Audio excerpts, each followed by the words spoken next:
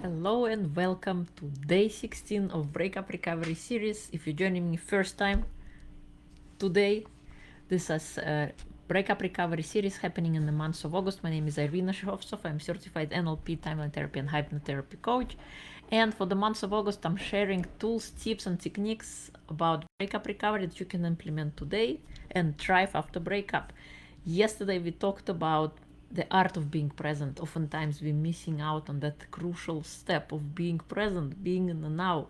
We're worrying about the past, rather feeling depressed about the past, or we are worrying about the future, missing out the present. If you're curious to learn more about the art of being present, check out yesterday's video available in the feed, or if you're watching on Instagram, then it's in IGTV series.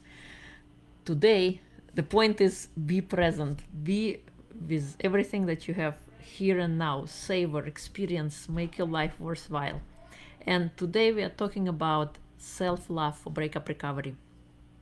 I want to share with you some tips and techniques you can implement today by practicing self-love in your life and seeing the results, seeing the happiness, seeing that better state of being. So first thing you can do for yourself is list 10 things you are grateful for in life. Even in the midst of a bad situation, even in the midst of despair, in the midst of difficulty, there are always things you can be grateful for. Whether you have roof over your head, or you have food on the table, or the fact that you woke up today and you're able to take the breath. Do you know how many, and oftentimes we take things for granted. Simple things like walking, like breathing, like moving your body. The fact that you're healthy, alive, and able to walk and breathe and move your body, be grateful for that. Because the more what you put your attention more of it will come into your life. As you become grateful for things, you will find more things to be grateful for, because you're highlighting to your mind, this is something important, this is something you should be paying attention to. So I invite you to do this little exercise for yourself. List 10 things that you are grateful for in life, and do that consistent action every day. Every day, start your morning by listing 10 things that you are grateful for. Second thing you can do, describe a perfect day of your dreams. If you didn't have to work for money or out of necessity, what would be a perfect day in your life? What does it look like? Who are you with? Who are you being? Where are you living? What are you eating? Who are you communicating with? What is it? Have that idea for yourself. What is this perfect day of your dreams look like? And who are you being? What are you doing? When do you wake up? Who do you wake up with? How do you spend your morning? Where do you eat your breakfast? Where do you go for lunch? And what do you do with your day? What does that look like for yourself? Have that idea in your head.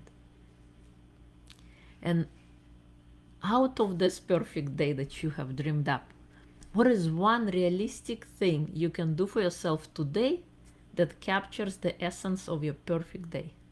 Have you ever thought about it? Like, what makes you happy? What makes you have that perfect dream day? And what is one idea you can take from that day and make it today? And it doesn't have to be something huge. It could be something very little. Maybe you like to take a walk on the beach, and you can just do that from your perfect day. Or maybe it's you like to sing a song, and you can just do that from your perfect day. Or call someone special that you haven't spoken to in a long time. Next thing you can do for yourself as well is, what is the best compliment you ever received? Have you noticed that when somebody asks you, when you remember something, we often tend to remember things that didn't go so well, things that were bad, negative experiences somehow get stuck in our mind and have the longest survival rate. And when you have to think about it, when you asked about what was the best compliment you ever received, you start scratching your head, or it takes you a while to come up with an answer. But humor yourself. What is the best compliment you ever received? Do you have that handy? Maybe you jot it down. What has someone said to you that always makes you smile? Another thing you can try, what was your favorite thing to do as a kid? And how could you recreate this activity as an adult? Oftentimes what happens when we are little kids, we dream. We keep dreaming every day. We have an idea of what we want to do, what we want to be. We can fly, we can, do unimaginable things. But as we grow older, as we become adults, responsibilities pile up and we leave our dreams for some undecided time in the future. And we forget how to be kids, even for a little while. Meanwhile, we are kids, living in this adult body with responsibilities and things to do and agendas to check off. But what was it that was something favorite of a thing of you that you did as a kid? There were actually some studies done that hobbies improve our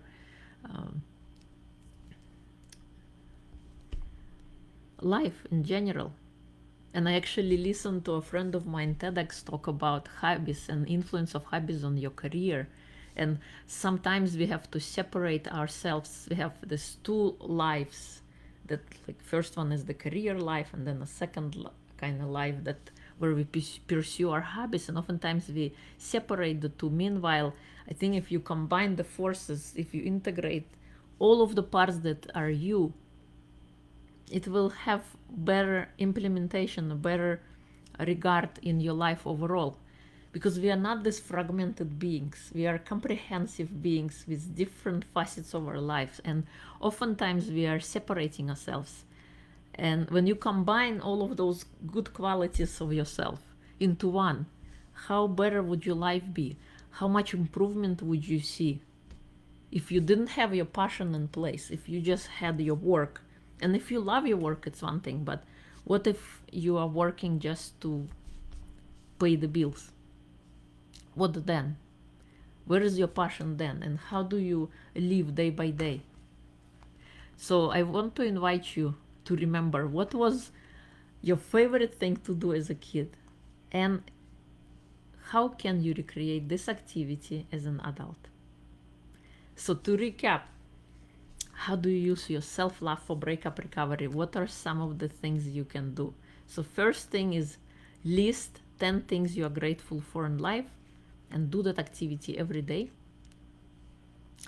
Second one is describe a perfect day of your dreams. If you didn't have to work for money,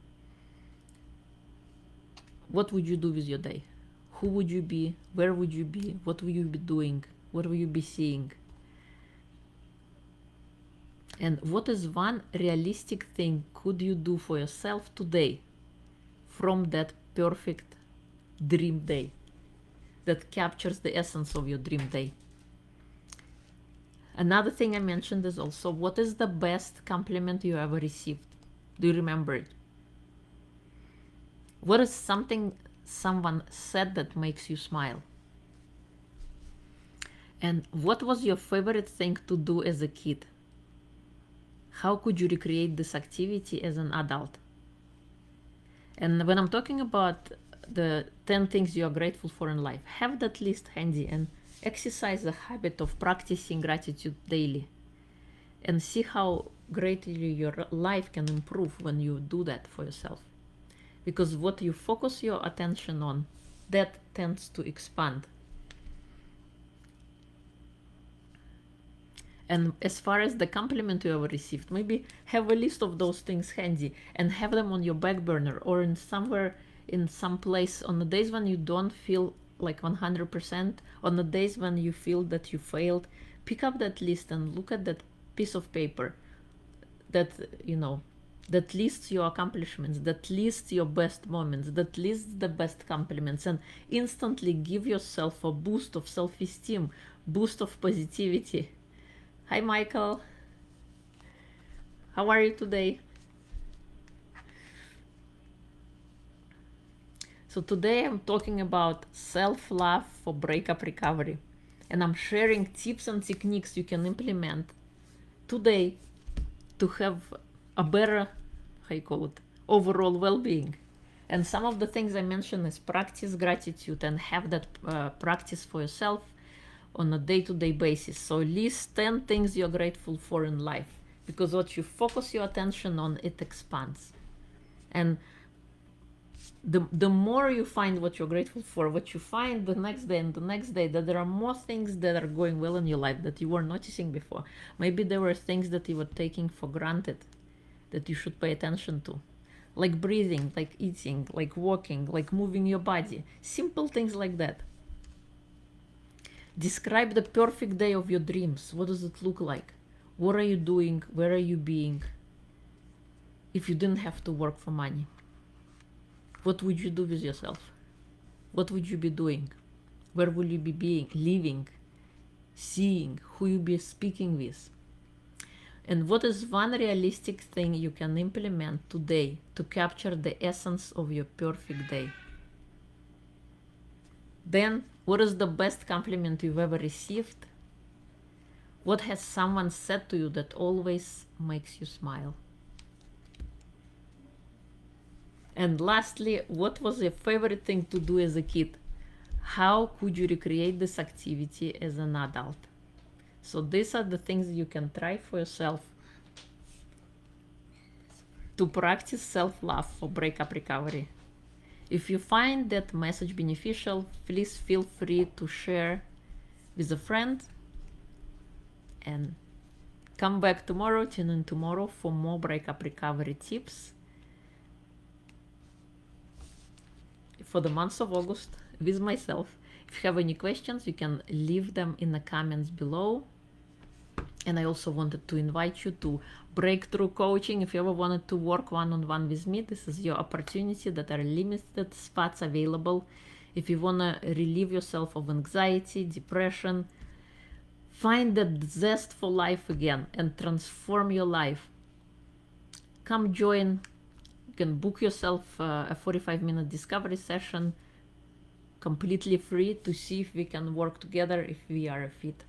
So until tomorrow, have an amazing rest of your day wherever you are, and I will see you tomorrow for more breakup recovery tips, tools and techniques that you can implement in your life today to have an awesome, thriving life after breakup.